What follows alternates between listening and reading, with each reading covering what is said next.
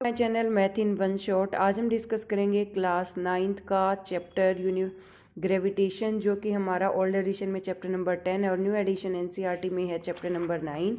हमने universal law of gravitation तक discuss किया था कि कैपिटल जी हमारा ग्रेविटेशन कांस्टेंट होता है, स्मॉल जी हमारी ग्रेविटी होती है जिसकी value 9.8 metre per second square होती है। उसके बाद एक पर्टिकुलरली हम नोट पढ़ेंगे, the law is universal in the sense. जो लॉ है उसको हम यूनिवर्सल लॉ क्यों कह रहे हैं? It is applicable to all bodies. ये उन सारी चीज़ों के ऊपर अप्लाई होता है, whether the bodies are big और स्मॉल, चाहे वो चीज़ें बड़ी हैं या फिर छोटी हैं, वेदर दे आर कैलेस्टियल और टेरेस्ट्रियल, या फिर वो स्काई में प्रेजेंट हैं या फिर वो धरती पर प्रेजेंट है, ये सारी चीज़ों के ऊपर अप्लाई होगा। टेरेस्ट्रियल ऑर्गेनिज्म की अगर बात की जाए तो टेरेस्ट्रियल ऑर्गेनिज्म की भी हम पर्टिकुलर डेफिनेशन दे सकते हैं। Terrestrial organism are those organism that live on land are called terrestrial organism, and the organism that are live in water that are considered to be aquatic organism.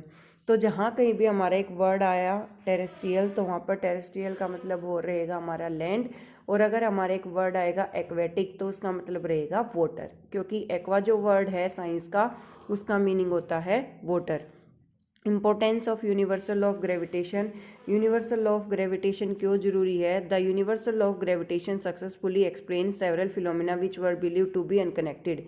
कुछ चीज़ें जो एक दूसरे से कनेक्ट नहीं थी, उन चीज़ों को जोड़ने का काम जो है वो किसने किया है? यूनिवर्सल लॉ ऑफ ग्रेविटेशन ने किया है।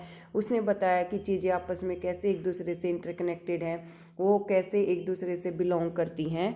The force that bind us to the earth, वो फोर्स जो हमें धरती से जोड़ कर रखती है, हम चल पाते हैं, हम लेट पाते हैं, हम सो पाते हैं, सारी चीज़ें अपनी जगह स्टेबल हैं, वो हमारा किसकी वजह से है? ग्रेविटेशनल फोर्स की वजह से है। The motion of moon around the earth, जो मून का मोशन है अर्थ के चारों तरफ, वो भी हमारा यूनिवर्सल लॉ ऑफ ग्रेविटेशन यानी कि ग्रेविटी की वजह से है। All the planet revolve around the sun, सारे के सारे प्लैनेट जो हैं वो धरती के चारों तरफ चक्कर लगाते हैं, वो भी हमारा किसकी वजह से है? ग्रेविटी की वजह से है। The motion of planet around the sun, आगे वही सेम चीज़। The tides of moon sun and moon, the tides due to the sun and moon का मतलब ये है कि जो हमारे ल्यूनर इक्लिप्स, सोलर इक्लिप्स होते हैं, यानी कि सूर्य ग्रहण और चंद्र ग्रहण, ये सारी चीज़ें एग्जिस्ट करती हैं, तो वो भी हमारे किसकी वजह से है? ग्रेविटी की वजह से है। नेक्स्ट हमारा आएगा फ्री फॉल, एक ऐसी कंडीशन जहाँ पर कोई भी चीज़ अपने पॉइंट पर स्टेबल नहीं रह पाती है, अपने पॉइंट से गिर जाती है, उस कंडीशन को हम फ्री फॉल कंसीडर करते हैं। The force of gravity decrease with altitude, कि ग्रेविटी जो है वो हमारी एल्टीट्यूड के अकॉर्डिंग जो है वो डिक्रीज होती जाती है। It also varies on the surface of earth, और ये अर्थ के सरफेस पर भी वेरी करती है। Decreasing from pole to the equator, कि पोल से लेकर इक्वेटर तक हमारा कितना डिक्रीमेंट आया है, वो हमारे क्या कंडीशन होगी? Free fall.